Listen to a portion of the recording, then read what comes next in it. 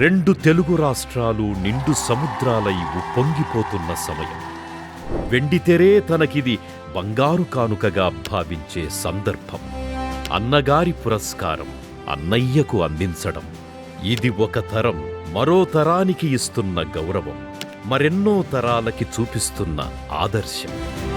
ఆ విష్ణువే గుడి విడిచి మన కోసం నడిచి వస్తున్నాడా అనిపించే స్ఫురద్రూపం ఎన్టీఆర్ది. ఆ శివుడే మన గుండెల్లో గుడి కట్టుకుంటున్నాడా అనిపించే సుస్వరూపం మెగాస్టార్ది. Is a veritable and unique combination of Rajinikanth, Kamal Haasan, but still distinctly different from each one of them. నటనతో కట్టిపడేసే ప్రతిభ ఒకరిది, నాట్యంతో ఆకట్టిపడేసే ప్రజ్ఞ మరొకరిది. అందుకే వీరిద్దరూ ఎవరి యుగంలో వారు జగదేక వీరులయ్యారు, జనహృదయ చోరులయ్యారు.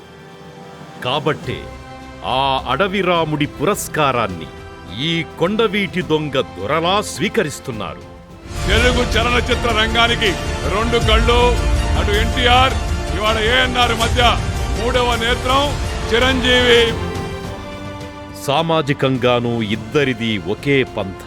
కోట్లాది మంది అభిమానుల అండతో అన్నగారు బసవతారకం క్యాన్సర్ వైద్యశాలను నిర్మిస్తే, కోట్లాది మంది అభిమానుల ఆధ్వర్యంలో చిరంజీవి చారిటబుల్ ట్రస్ట్ ద్వారా రక్తనిధిని, నేత్రనిధిని అన్నయ్య నిర్వహిస్తున్నారు.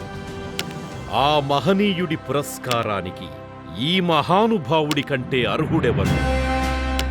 ఆ విశ్వవిఖ్యాత నట సార్వభౌముడి పురస్కారానికి ఈ విశ్వవిజేతను మించిన పద్మవిభూషణుడెవరు?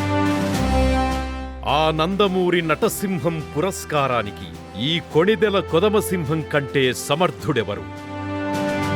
అందుకే ఈ ఆదుకునే ఆపద్బాంధవుడికి, ఇలా ఆత్మీయతను పంచే శంకర్ దాదాకి, ఇలాగే చిరునవ్వుల వానలు కురిపించే ఇంద్రసేనుడికి వెరసి మనసుల్లో చిరస్థాయిగా నిలిచిపోయే మన శంకర వరప్రసాద్కి రాష్ట్ర ప్రభుత్వం సగర్వంగా అందిస్తుంది నందమూరి తారక రామారావు జాతీయ పురస్కారం.